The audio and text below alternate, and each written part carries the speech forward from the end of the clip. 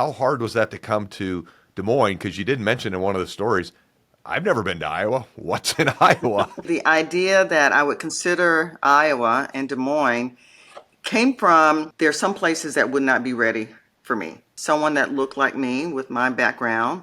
I love to share the story of my opportunity to come to Des Moines because it was so unlike any other place I've been. So go Des Moines, go Iowa, right?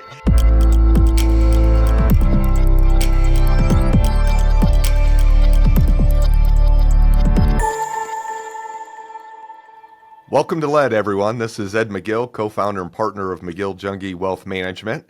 And I'm also the host of the podcast on leadership, LED. So glad everyone's here. And today we're going to be speaking with Angela Walker Franklin, had to get the whole name in there, who actually is president and CEO of Des Moines University, been there since 2011, and was the first woman and person of color to lead the institution.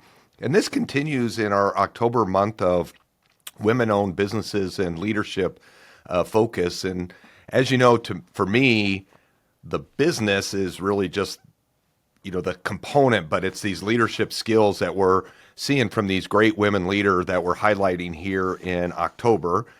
And so that's really fun. And first, I wanted to just thank everyone for joining us during this inaugural season of LED.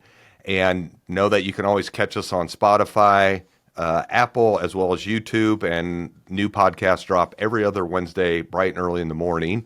But now I'd like to welcome Angela. Thank you for joining us today. Well, thank you for the invitation. I look forward to talking with you. Yeah, it's going to be fun because there's so many great things as I was reading your background, just learning. And for everyone out there, we have this awesome book that you can get on Amazon, Leadership from the Ground Up. That you just wrote that recently, and you got a TED Talk coming up too. Yeah. And so you're kind of all over. You got books, you got TED Talks. But first, I think we got to tell a little story of how you ended up here from just your trip, McCormick, South Carolina, wasn't it? Yes. That's right. Yes. So tell us how someone from McCormick, South Carolina, ends up in Des Moines, Iowa. Well, okay. Well, how much time do we have? Because it's going to be a story, right? I'm a small town girl. I grew up in a wonderful family in McCormick, South Carolina. A family business of funeral home directors. So I was one of those kids that grew up in a funeral home environment, a family business that had been in existence, even before my father. His parents started the business. And Hervey's parents started it, then he took it over. Right. And then tell them the story of the boxes and you driving the hearse. That's not a typical childhood. No, there are a lot of stories of, you don't hear many people talk about what it's like to grow up in that kind of a family. But, of course, there are people that had real concerns about coming over. I had very few play dates. So very few people came to spend the night at my house. Luckily for me, I didn't stay on the top floor. Some funeral home families, their funeral home parlors on the bottom and they live up above. So luckily for us, our home was across the street. But still, That was my lifestyle. That was a family business. Death and dying is something that I experienced early on in life. And as every kid that works in a family business, you have your job to do. So I grew up in that family. I used to tell the story of some of the fun things about growing up in a funeral home family is that back in my early days, caskets came in boxes. Big long boxes. Oh, they did. So of course those made the best playhouses. The boxes would be thrown out in the garbage, and you get those and you put them together. Fun times playing with casket boxes. In my early childhood. But the aspiration when you started driving was to be able to drive the hearse, to be the lead driver in the processional. So you always had aspirations when you learned how to drive to do that. So who tells those stories, right? Not many people. Well, were there any bad stories, though, like where you took the wrong turn and all of a sudden you're like, oh, man, because everyone's following the lead hearse. But you always knew where you're going? This is a small town, so it's not like there's that far to go. And everybody knew where all the churches were. So all of these small churches, small towns. It was pretty easy existence, and a community about 6,000 people. So, my parents are now gone, and the family business I ran for a while after my father died in 2021. I continued to Oh, run the just business. recently you ran it. Yeah, Oh, wow. he died in 2021, and one thing that he wanted was this, give it a try, keep it going if you can. And I ran it for 2 years from Des Moines, Iowa. I kept it going with a manager and an embalmer that ran it for a while until we lost him. So after we lost Uh, our lead employee at the time, I decided, okay, that means it's just time to shut it down. So the building is yeah. still there. All the equipment has been sold, but it's just an empty building with all those memories of the past. The house I grew up in is still across the street. Oh, Still looks wow. very much like my parents left it. They died within 6 months of each other, September 2021 and April 2022. So their legacy still lives within me because it's because of those small town values that I believe I've become the person that I am today. So I finished high school in McCormick, went to Furman University, a small liberal arts school in Greenville, South Yeah. Carolina, a place I came to know and love, and still have a lot of respect for the liberal arts education that I got there. Here's a little known fact. We actually have a number of clients in Greenville, South Carolina. That Wow. is an awesome town and rapidly growing, and just South Carolina is just a cool place. So I did mean to interrupt because I did it. But when you said Greenville and Furman, I'm like, yep, we actually go there a couple of times a year, and Yeah. it's that whole South Carolina area is great. Now, before you keep going, your mom though was a school teacher, is what I read, and that maybe shaped some of your thinking while you're in school where you wanted to go. Yes, and to my parents who were big educators, I mean, my mom Yeah. really believed in providing all the extra support. Being in a small town, she always thought she would augment our experiences by sending us away. So we were sent to Furman as kids most summers because of all the academic enrichment that Furman had to Uh, offer, from band camps to other academic programs. So I spent a lot of time on Furman's campus as early as elementary school. So for her, Furman was the place to go. So there was no question. My sister applied, went to Furman, and then 3 years later, I followed her. So for my parents, Furman was the premier academic institution in the state, and that they really wanted us to go there. But I spent my summers there for years before applying to go there as a college student. But because of the influence of my mom, I wanted to be an educator. So I thought special education at one point. I had a real interest in special needs kids. So I was curious about that, and she would love the idea that I wanted to become an educator. So I started out as a special ed major. But what oh, wow. happened as a special ed major is that you end up having to take all the psychology classes. You needed to learn a lot about normal human Yep. development. So I got excited about psychology as a special ed major. And then the first preceptorship I had to do in an elementary school as a special ed major, I realized I'm curious about what's happening with these kids. I'm not sure if being in a classroom is what I wanted. I had more interest in what goes on at home and Why? why are they this Yeah. way. And that's when I changed my major to psychology and decided that instead of being a special ed teacher, I wanted to become a psychologist. So that was an affirmation in changing my major that had me pursue the doctorate in clinical psych. So I left Furman, went to Emory University, and did a PhD in clinical psychology at Emory. But that's also when your dad, astute as he was, said, why would someone pay you to listen to them? Right. You Herbie know, was a smart man, wasn't no, he? because he Probably thought in his simplest. he knew what being a teacher would be. And of course, Yeah. being an elementary school teacher, but okay, what is this degree you're going to get now? And I thought, I'm going to be a psychologist. And he thought, well, that's a little interesting. So you're going to learn how to just listen, and people are going to pay you to just listen. And I thought, yes. And of course, that was a bit, concerning that they no longer had faith in my career path. But that's what I chose to do, and I think he didn't quite have an appreciation for it until way later. Right after grad school, I did join a faculty, so I became a professor. So then it made sense to him. Oh, I get it. You're going to be a professor. You're teaching medical students. So, okay, I understand. You're teaching them behavioral medicine, psychology for medical students. So, my first job out of grad school at Emory was to join the faculty of Morehouse School of Medicine in Atlanta, Georgia, and I taught behavioral medicine, behavioral science courses for first and second year medical students. So, that's how I got to this whole career and Career an of opportunity medical. that Yeah. opened the doors for me to go into a direction that I never thought I would go. And when you think about those directions, because obviously your parents had a big influence, and anyone that even starts in special needs, whichever way that they end up coming to that is near and dear to my heart. My son's actually has his master's in special needs, and now he just moved from Bangkok to India, so he Wow. works overseas and loves that. And you said, well, I'd rather kind of learn more about the why Mm-hmm. versus the teaching part of it. Tell us a little bit about, you'd mentioned Lewis Sullivan, who was it about this time frame he was coming into your life and really helped shape some of your thinking and mentorship? Because I love hearing who helped guide you. You got your parents that got you to a certain part, and they never go away, but some of their Right. influence is less as you get older. Tell me a little bit about Lewis and others along the way. Okay. So Dr. Lewis Sullivan was the president of Morehouse School of Medicine, and Oh, so he was the he president. was the Okay. president of the medical school, and it was the only other medical school in the city. So Emory University, of course, had a medical Hmm. school.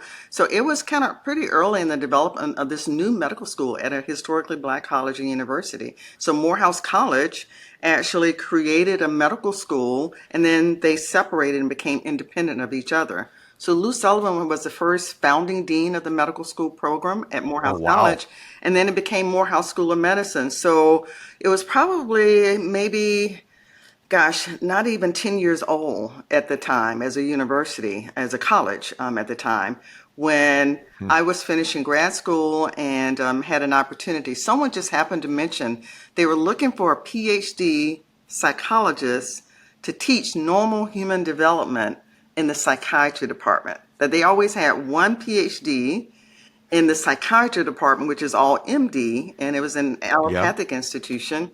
And I thought, well, that's interesting. So they think the PhDs can only teach normal human development. What about psychopathology, right? So I thought I was well equipped to teach psychopathology too, but that's how I started.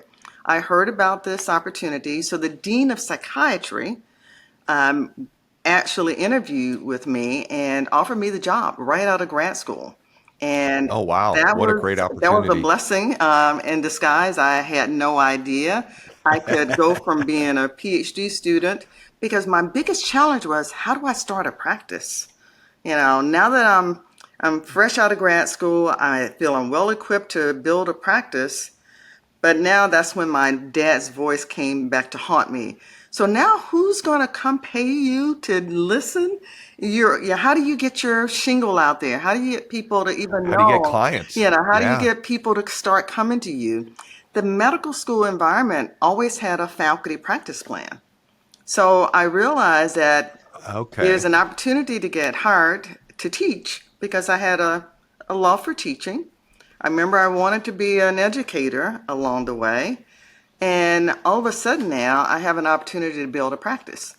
So I was able to begin my practice through the faculty practice plan at Morehouse School of Medicine. So I would get referrals from the other providers, the psychiatrists that needed testing and evaluation for their clients. So I started getting referrals and was able to build a Hmm. practice. So it served that purpose to be an educator and a provider in a medical school environment. So, and Lou Sullivan was the president at the time when I got there. And most people don't get that chance to see both sides of it at the same time. You could really have decided, excuse me, I like the patient part and went down a different path after you'd started building, your reputation and clients. And then you're also seeing, the academic and the facultative side. Mhm.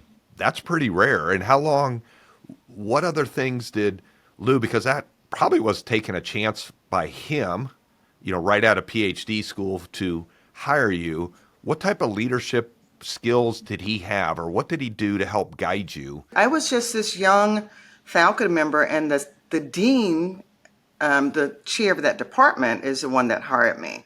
not Lou. Okay. So Lou was the president, and I was hired by the chair of psychiatry, who is an MD psychiatrist who's looking for someone to teach. Yep. The real opportunity for me came when he became the dean. So the chair of Okay. psychiatry became the dean a few years later. And because I had been teaching for a few years, he became dean and actually gave me the first opportunity to be an administrator. There was an opening for a dean of admissions. And whereas I never thought about doing administrative work because by then I'm building a practice, I'm enjoying teaching. You know, it's Yeah. medical school students, so they're an older group of students. It was a lot of more fun teaching, being in the classroom with, you know, that age group, you know, who are eager to learn and they're going to go off and become providers, future physicians. So I really enjoyed teaching more than I thought. Along the way, I was director of counseling services. So I got to use my psychology training to be a director of the counseling center for medical students. So all those things were happening all within a short time frame, within a few years. So I was a course director, I was director of counseling for that period of time, and then my former chair became dean of the medical school. Lou Sullivan was still president. So I didn't interact that much with him at that Much. time. Yep. It was probably the first time I got to interact with Lou Sullivan was when we were preparing for an accreditation visit. And every health sciences university has to go through this process of an institutional review and a self-study to present yourself to an accreditation body. So I happen to be on one of the committees, and I think probably just interacting with Lou in those early meetings as the president is when I think he finally noticed me. And I think he noticed me because I was eager to be involved. I always describe myself as a sponge. You know, there was an opportunity to learn something, I'd raise my hand and say, okay, I'll try it. And I remember some of my female colleagues would sort of slap my hand when I offered to take the minutes. So I'd say, well, does anyone want to take the minutes of the meeting? I said, I'll do it. And it's sort of stereotypical. Well, there were only so many female faculty members at the Yep. time. And one of my faculty colleagues said, you know, don't always volunteer to take the minutes. You know, those guys always want us to do the minutes. And I thought, well, I'm contributing and I like doing it and I don't mind doing it. But taking the minutes and having that kind of engagement in the meetings is where I got noticed. That's a huge point right there Yeah. where a couple things for people taking notes where, Angela said, I was a sponge and I was stepping up when others might not have would have said, well, that's beneath us or they can do it half the time or et cetera. You're saying, no, I want to contribute. I want to be an active member of this group and what we're doing. And that actually got the attention of others, not to say, hey, we got a full-time minute taker. Right. It's just more, there's Yeah. someone that's a team player that's going to step up. Right. And the advantage that came along with that, you know, and I love to say it this way, she who writes the minutes controls the history. That is awesome. Because at the next I time we love that. needed to meet, my president would say, Angela, well, what do we need to set for the agenda for next week? What did we do last time we met? I had the notes. So he would then Yep. call me ahead of time to say, well, what do we need to talk about in the next meeting? And I would then create the agenda for the next meeting because I had on the notes. So I knew what had been done. So actually being in the role of being the note taker gave me an advantage because the leader of the institution then counted on me to help craft the message. But Knew that, your name, knew you were going to help the agenda. You were now collaborating. And people are like, yes, why is Angela in that office again? right. That is awesome. I did want to shift because you said you had your year of affirmation, and one of the people that was impactful, just because I love saying the name, Larry Large. I just think that's cool at Oglethorpe. Tell me what a year of affirmation means because it sounds like everyone has these periods of that imposter syndrome or really how far can I go? What can I do? Am I good enough? Where do I fit in? Tell me a little bit about this year of affirmation for the listeners out there. As you're moving into an academic role and a leadership role, by along the way, I became more of an administrator and less of the faculty Mm. member. And I did all the things that faculty members would do. I needed to write grants. I needed to, prepare lectures. But as I became more of an administrator, I started being a little bit more external and applying for funding for different programming. So all of that was happening. And as time went on, I loved what I was doing. I loved my role in admissions because then I got to interact differently with the students, not just teach them, but help them on their career path. So much so, I was moving in a direction that I was losing more and more about my identity as a psychologist because Yep. I had to give up being director of Hmm. counseling at some point because as I became more of an administrator, that role went away and I moved into other administrative roles. And I had to actually give up being a course director because there's some rules that govern who can be a teacher and a course director and who can then do counseling with the same students. So my time was evolving and I got to a place that I didn't know quite where I was going. Yeah, I wasn't sure, and I thought if I continue to move up, where do I go? And do I need to stay here? Do I need to go somewhere else? What am I to do? And by then I had three sons, all probably elementary, middle school by then.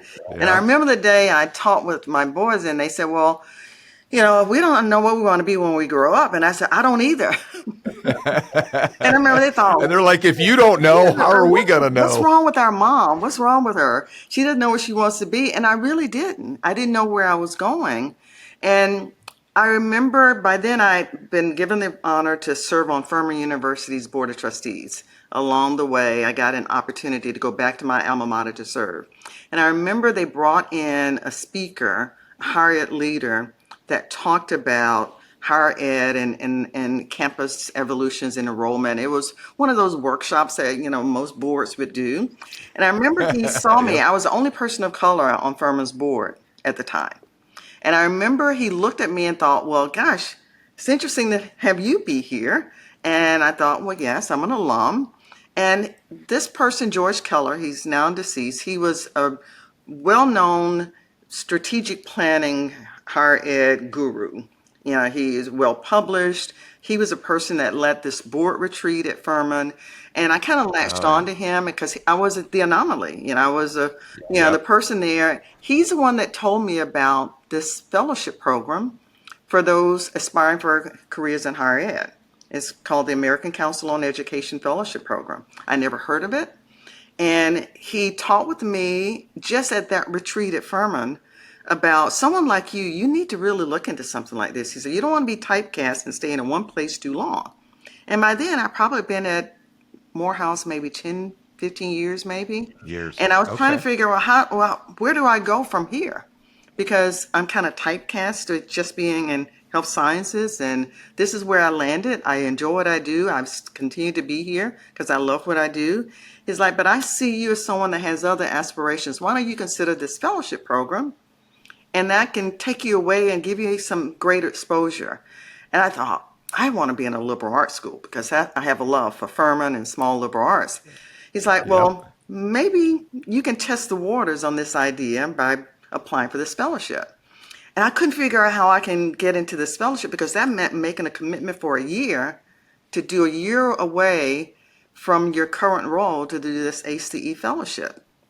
And I was afraid to even ask anyone at the time, because are they going to allow me to be gone for a year to invest in me, to do a year away to do this fellowship so I can become a better higher ed administrator?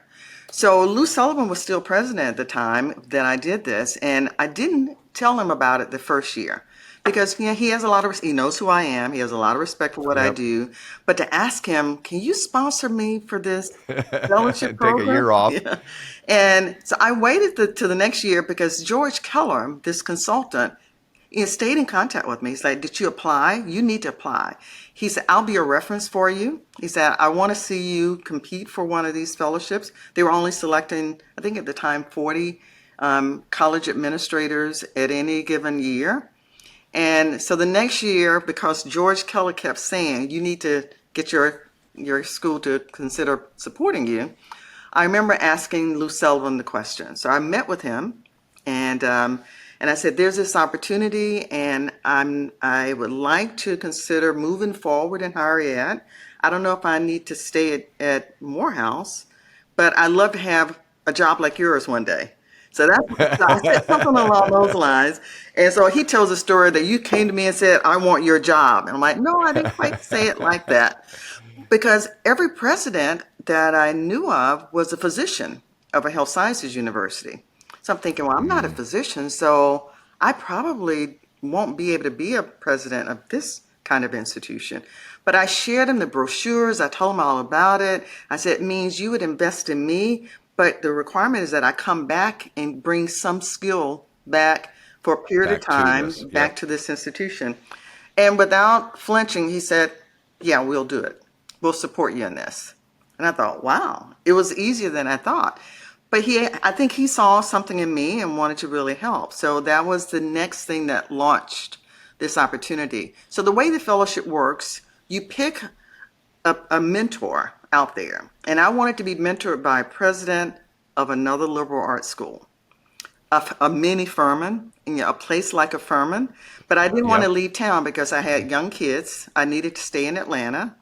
And there are a few choices in town, but I remember the day. So when you apply, you get selected for the special fellowship. It's a national competition. So I got my golden ticket to be one of the fellows for that year. And then you go out and search for your mentor, because then the mentor has to agree to pay for half of your training for the year and allow you to join the leadership team of that supporting institution. So it's a major deal. Yeah. The institution Commitments all that's around. supporting you with the Hmm. place where you're placed. So Larry Large was the president of Oglethorpe, had just been there a year. And I remember interviewing with him, and he had the kindest eyes. I remember the first day I met him, he just seemed to light up when I walked in the room, and I thought, oh, he would be so nice to work with. As a new president, it was his first presidency. One thing about the role of being a university president is you have very few people to talk to. So he really saw it as an opportunity to have somebody he could not only support and mentor, but a sounding board. So he would test Oh, out great ideas strategic thinking. and Yeah. like, this is what I'm thinking, Angela. What do you think about this? That was my choice. So I was able to select Oglethorpe, the small liberal arts school that I was looking for, and Larry Large, who was new president, who agreed to take me on as his fellow. So I became his mentee for that year. Lou Sullivan endorsed it and kept my position, open. He said, I don't have the funds to replace you for a year. He said, so if you're going to leave and go away for a year, you got to figure out how to run your unit for the From year from afar. afar.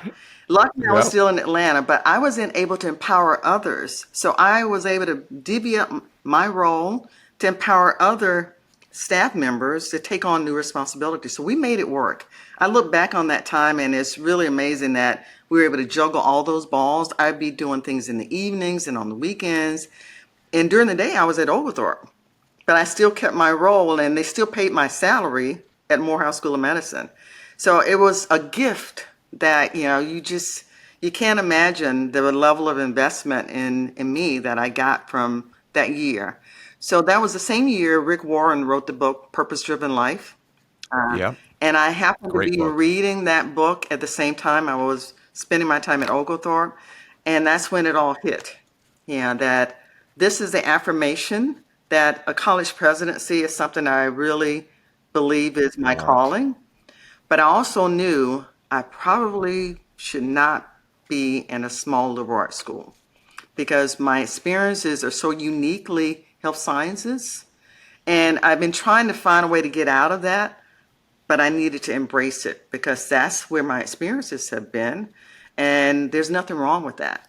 But then I thought, well, there's no way I can be a college president of a health sciences university because I'm not a physician.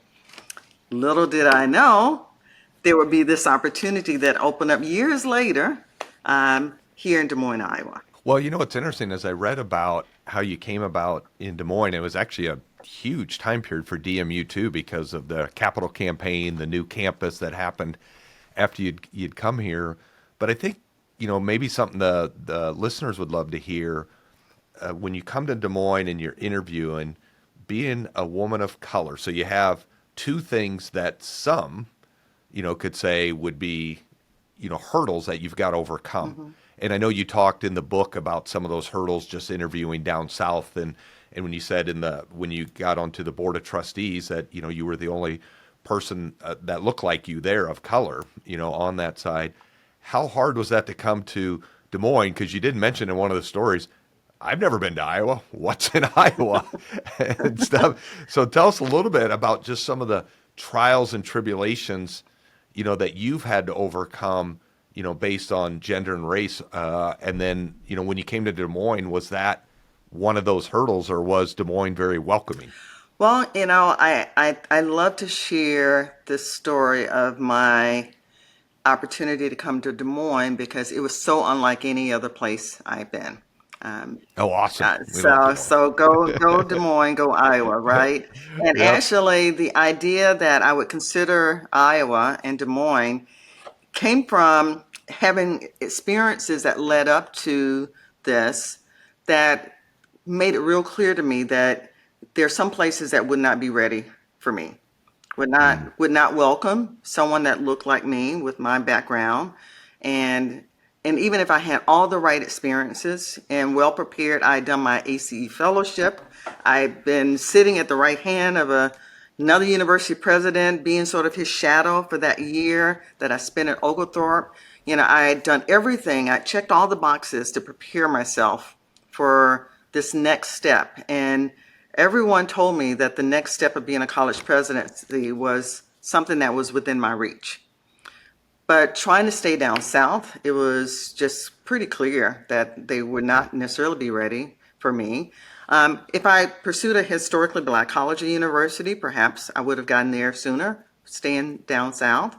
But I remember Lou Sullivan, who was along the way throughout all of this, even after he left the role and retired, he still was the person that probably guided my steps the most because he would be the person. Uh, Because one thing about applying for a college presidency is that you don't just apply, you have to be nominated. And you need to be yep. nominated by someone who's also a college president, ideally, to sort of introduce you and present you to the search process. So Lou Sullivan became that person for me. So, he would find out about opportunities and share them, or someone else would nominate me for things. So, and I built a relationship with these search firms so that, and I learned that along the way in the fellowship, how important it is to build a relationship with a lot of these headhunter firms that do Yep. academic placements. So again, I'm the sponge. I follow direction quite well. When they tell you build these relationships with these search consultants, I did that. I still have close ties to several of the consultants that helped me along the way. Some of them would just give me advice. Well, you didn't make it in this search because of these things, and I would advise you to do this. And when you talk about these things, so I took all that advice. So when I was getting closer and closer each time, by then I left Morehouse and I was at Meharry Medical College, very similar institution as the number two person. I had the role of provost and executive vice president there. So chief academic and also chief operating officer, sort of a Yep. new role combined. And one of my former students was a president, so followed him to be at Meharry. But I knew I was kind of passing through because I was still trying to figure it out. And again, I'm still in health sciences though. And I'm trying to break away from health sciences because deep down I thought I didn't belong in a health sciences university because I'm a PhD psychologist, not a physician. So as I was being nominated for other searches and getting close but not quite all the way there, I remember being in a search in California for school in California. Lou Sullivan had nominated me, and I moved along in the process and I thought, California? They were more open to the idea of someone like me. So I had this warm reception when I got to campus. Board members Like, were this is great. excited. Yep. I'm like, we're going to California. This is good. And then it slowed down. The process slowed down. I knew I was one of three finalists. Then I was told that now there are two finalists, and I'm waiting and waiting and waiting. And at that point, I remember talking with Lou Sullivan, and I said, this doesn't feel right. Something, I've interviewed on campus. I got a warm reception, the faculty and students and staff that I interacted with seemed to think you'd be great here. But a Mm-hmm. board of trustees gets to make the final decision. And I remember that conversation I had with Lou Sullivan after I'd been back from the on-campus visit and waiting to hear, either pick me or pick the other person. Don't leave me hanging, right? And he said, well, something doesn't feel right with this. He said, so what does the board say? Are you getting feedback from the board? And I said, not really. I said, but I know what my competition is. So I was the one of two finalists from a small school in Nashville, Tennessee, that very few people on the West Coast knew anything about. And my competition was a provost from a big name research intensive university. Yeah, you And can tell this isn't going to end well, probably. They're trying to figure out how do we get this other person hired? right. And then I'm the backup plan, maybe. In case this person Yep. says no, I'd be the backup plan. So I remember having those conversations with Lou Sullivan about what I thought was going on. And he said to me, and I will always remember this, he said, you should never have to play second fiddle to anyone. And I thought, well, Mm, what are we saying? He said, you don't need to be anybody's backup plan. So if you think they are really favoring the big name person and that's what the board is going, remember the board is the main player in this. The faculty and yep. students may love you, but it's the board's decision. And if the board is favoring the other person and you're sensing that you might be the backup plan, withdraw from the search. And I thought, oh no, you're not telling me to work. I'm this close. I'm this close, right? And I might be going to California. He said, no, doesn't feel right. Withdraw from the search. And it was those words from Lou Sullivan telling me to withdraw from the search that led me to be able to come to Des Moines, Iowa. Because what I Well, I didn't think know of, was that the same uh, search firm, different consultant, same search firm, was hired by Des Moines University to hire its next president. So, and they watch you in these searches. So the whole network of yep. consultants, they know who's out there. They know backgrounds of candidates. They know that this person is in this search, might have been a good candidate for us in this search. We got to wait and see what happens to them then. There's a whole network behind the scene that goes on that I didn't know or understand at the time. But when Lou Sullivan told me to withdraw from the search, I remember going home and talking to my husband and debating, do I do this or not? And he said, well, he makes a good point. If the board is not wanting you and they want the other big name person, you're the backup plan. And would you be okay being the backup plan? And my first answer was, yes, I'll be the I just backup. want that. Yeah, I just want that job. And if number one falls out, I'm in. Right. So, but the more, to be honest, the more I thought about it, I didn't. I really didn't want Yeah. to be the backup plan. And Lou Sullivan was so right. He's like, you deserve better. So I sent the letter to withdraw from that search later that evening. I sent it to the chairman of the board and to the search consultant. I said, I'm so sorry, but I have to withdraw because I think being in California probably is quite a leap for my family, and it just, I'm so sorry, but I have to Yeah. withdraw from the search. They tried to convince me not to do it. They haven't made a decision yet, and I held firm to that decision and did it, and then thought, okay, at least I demonstrated I can compete. It would have been a wonderful university opportunity in California. The people seemed to like me. There was just this thing about the board that seemed to favor someone with the different level of credentials from what I had to offer. I love what Lou said there, though, too, of just don't play second fiddle, that you left there, yeah, disappointed, but still head held high, saying, I still feel good. I got to the final two, so I know there's going to be opportunities. Hmm. And then what's awesome is that's what led that same search firm to say, here's what we have in Des Moines.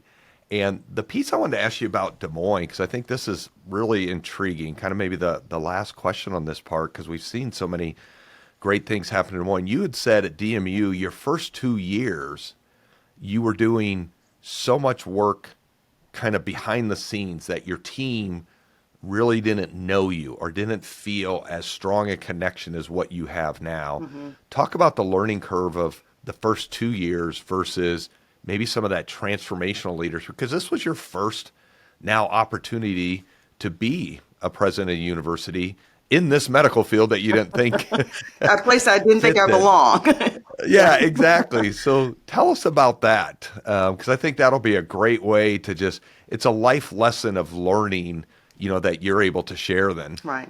Yeah. I mean, one thing that most of us who are aspire to leadership, we check all the boxes, and I think women in particular, we typically make sure we check every box and then go back and double check, to make sure. So we go overboard sometimes in being well prepared, and so we are sort of instinctively wanting to make sure we do a good job because there's a little bit of the imposter syndrome that comes in there. They're thinking, well, they hired me for the job, but I don't really know if they really wanted me in the job. Job, yep. So my first little book was An Unconventional Journey and Unlikely Choice. I actually captured that message because I really didn't think they were going to hire me. Yes, yeah, yeah, and I have that one as well too. It's awesome. yeah. So I didn't think they would ever hire me, and I thought, well, they're just diversifying their search. They'll never hire me. But so one thing that happens when you finally get the golden opportunity, that you become so determined to want to do the good job that you focus on just doing the work and getting the work done. And then I had a mandate Ah, from a board that really were intrigued with someone with my background because, the leader before did not have an academic background in medical education, and that's what they were looking for. So they were happy to hear that I withdrew from the other search.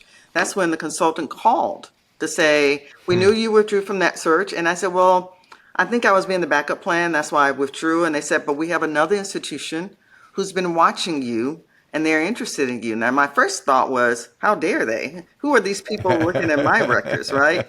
But that's how it works. So when they said that they were interested, my first thought was, okay, I will come take a look. And I still weren't sure they'd hire me, but they did. So they rolled out the red carpet. This became the calling. So this became the place that said, yes, they're the people that wanted me. So Lou Sullivan said, go where you're wanted. wanted. Yep. They Great advice want right you there. in Des Moines, so you go there, and I did, and almost 15 years later, I'm still here. But back to your original question of what happened in those first few years, I was so determined because this board wanted to make sure. I remember they even said, come in like you're doing an accreditation visit because you know higher ed, medical education, you've done it. Yep. You've done accreditation visits for other institutions. Consider this because we don't know what we don't know as a board. Come in and sort of assess the place. So Yep. essentially, my mandate then is be somewhat of a consultant. So I know I'm supposed to be the president, but my board is saying we don't know what we don't What we know. don't know. Yeah, So come in exactly. and assess. So I got to work and I focus on digging deeply into the organization, looking underneath all the layers to see what I would find. That meant I spent a lot of time digging into files and records and understanding and talking to people, not getting to be seen and just, the new president who just happens to be in the Hmm. cafeteria having lunch and come join me, come sit and talk with me. I was busy because I felt I had to do the work because I wasn't sure if they were really thinking I was the right person for the job. So this is my golden opportunity to prove that I am the right person for the job, but I wasn't sure either. So my first few years was all about getting the work done and doing what I was asked to do, assess the institution. And I did that. And I found that there were things that need to be done differently. And that what comes along with any new leader is change. So when I Great started point. making changes, people didn't like me. The honeymoon phase didn't last long. Because all of a sudden I'm doing things that they thought were just fine.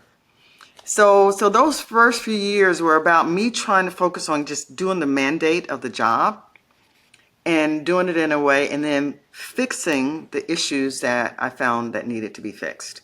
So on the outside, the people that are watching this, they're like, well, what is she doing? You know, and why don't we get to see in the cafeteria just chit-chatting with us? And women leaders are perceived to be either very likable or the B word. Yep. Says nothing in between. So they couldn't figure out which one would I be.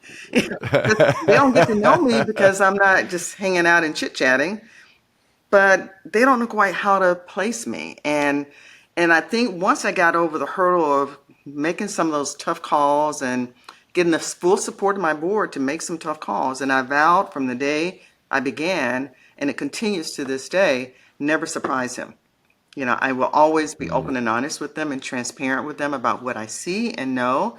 And when I need to make sure they're aware of what's going on, they hear it from me first. And that's how I've built the relationship with my board, the trust that comes along with that as time goes on.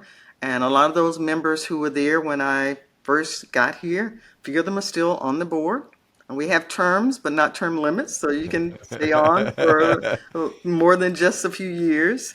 But that's been a real opportunity for me, and to still have that support. And then for a campus community that had to understand that what I was doing was not to be punitive, but to just really make things better. But I had to find a way to share that in a way that they understood it. That not that I thought there was a problem that I had to come and fix it and everything's all wrong, but together we can figure out how to make things better. Couple things went through my mind because I've always heard such positive things from the board. So Mike Hellick and others that have been on the board and the physicians here in town. You have such great support, whether it be from Suku Radi or Renee Hardman and others that just sing your praises. And obviously, after 15 years, that tells us that you've been doing a great job. It was also interesting to say I had a mandate. I knew what I had to do, and to actually do that, knowing that there was a lot of eyes on you. This was your first opportunity, and being a female and a woman of color, that may mean not a lot of other opportunities if it didn't work out well. Mm-hmm. I would assume is what her husband's Thaddeus, great guy, that he would have been thinking that too. Okay, honey, we got to make sure this one works. Well, he didn't come with me. This. I came alone. Okay. Yeah, you stay there. I got work to do. You got the three boys that are still getting through there and, on that side then too. But I also just picture maybe some of the pressures and the thoughts on there. So for you to not only, excel in that role, but, have the beautiful new campus, for Des Moines to have such a beautiful, medical school and such a prominent part of the community. And then for your leadership, it's just been a lot of fun to see that. And so I would encourage everyone on Amazon, also at the DMU bookstore, the Leadership from the Ground Up that Angela has published. She does have a TED Talk coming up tied to the University of Iowa, I believe. So a lot of great things that are happening. I think University of Northern Iowa. You and I. Oh, yeah. Boy, they won't like that, will they? Go Panthers. So the Panthers, the TED Talk there. And I think, hopefully as we just really highlight women in general that are such tremendous leaders in so many different businesses, capacities, executive leadership role. Wanted to just thank you for your excellence for the 15 years. It's been awesome to know that you came here 15 years ago and loved hearing about the welcoming arms of Iowa, because that is Des Moines and Iowa, and just wish nothing but the best for you going forward. And so this is Ed McGill signing off for LED Leadership with Ed. And Angela, any last thing you want to say here before we sign off here? Well, just a little teaser about my TED Talk. I literally have an elephant in the room because I use it as part of our conversations. So my TED Talk is about how to call out the elephant. I'm picturing now the UNI campus's giant elephant. So that will be in the notes section, how to purchase the book, how to access the website, which we can do. Hope everyone has an awesome, great rest of the day, and appreciate you, Angela, and all your work here in the great city of Des Moines. Thank you. I really enjoyed it.